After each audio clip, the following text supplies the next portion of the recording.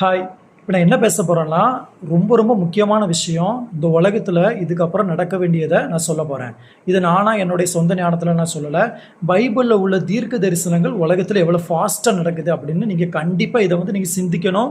ஏன்னா இது உங்களுடைய ஃப்யூச்சருக்கும் சரி, நீங்கள் இப்போ வாழ்கிற வாழ்க்கைக்கும் ரொம்ப ரொம்ப ரொம்ப ரொம்ப முக்கியமானது இதுதான்.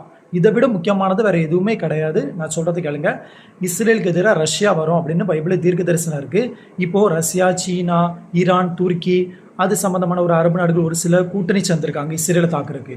இது இயேசு கிறிஸ்து வர்றதுக்கு ஒரு முக்கியமான அடையாளம். இன்னொன்று பாருங்கள், இது 3வது தேவாலயம் கட்டப்படும் அப்படின்னு இருக்கு. இயேசு வர்றதுக்கு முன்னாடி 3ஆம் தேவாலயம் கட்டப்படுவதற்கு இன்னைக்கு அலெக்சா மசூதியை இஸ்ரேல் கவர்மெண்ட் இழுத்து மூடியிருக்காங்க பாதுகாப்பு காரணங்களுக்காண்டி. இதை தொடர்ந்து மூடுறதுக்கு நிறைய சான்ஸ் இருக்குது.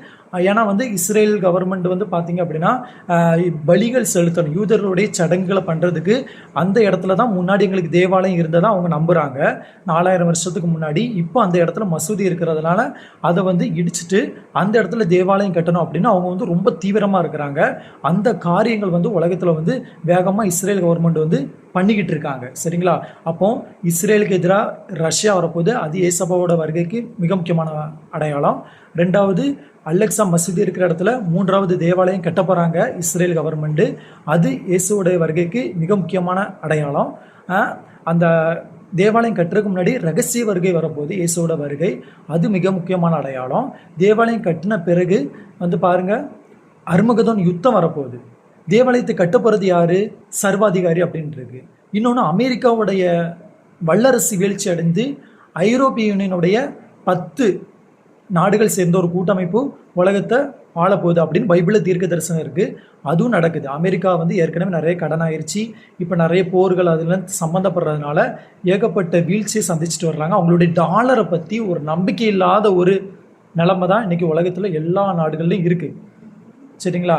அதனால ஐரோப்பிய யூனியனும் வர்றதுக்கு நிறைய சான்ஸ் அப்போது அதிலிருந்து அந்த 10 நாடுலேருந்து வர்ற ஒரு சர்வாதிகாரி தான் அந்தி கிறிஸ்து அப்படின்ட்டு பைபிளில் தீர்க்க தரிசனம் இருக்குது. அப்போ ஐரோப்பிய யூனியனும் வல்லரசாக போகுது. இதுவும் பைபிளில் இருக்கிற தீர்க்க தரிசனால இதுவும் இயேசுவோட வருகைக்கு மிக முக்கியமான அடையாளம். இனி காலம் செல்லாது. இனி இந்த தீர்க்க தரிசனங்கள் நம்ம கண் முன்னாடி இப்போ நடந்துக்கிட்டு இருக்கு. ரொம்ப ரொம்ப ஃபாஸ்ட்டாக நடக்குது. இனி 10 வருஷம் கழிச்சு தான் இயேசு வருவார், 20 வருஷம் கழிச்சு தான் இயேசு வருவார் அப்படி நம்ம நினச்சிக்கிட்டு இருந்தோம் அப்படின்னா, நம்மளை விட ஒரு ஏமாளி, ஒரு பரிதாபமான மனுஷன் பூமியில் யாருமே இருக்க மாட்டாங்க. இதுதான் உண்மை. ஏன்னா காலம் கணிஞ்சிட்டு தீர்க்க தரிசனங்கள் ஃபுல்லாகவே என்ன செஞ்சிருச்சுன்னா நடைமுறைக்கு எல்லாமே நடக்குது. ஏன்னா இனி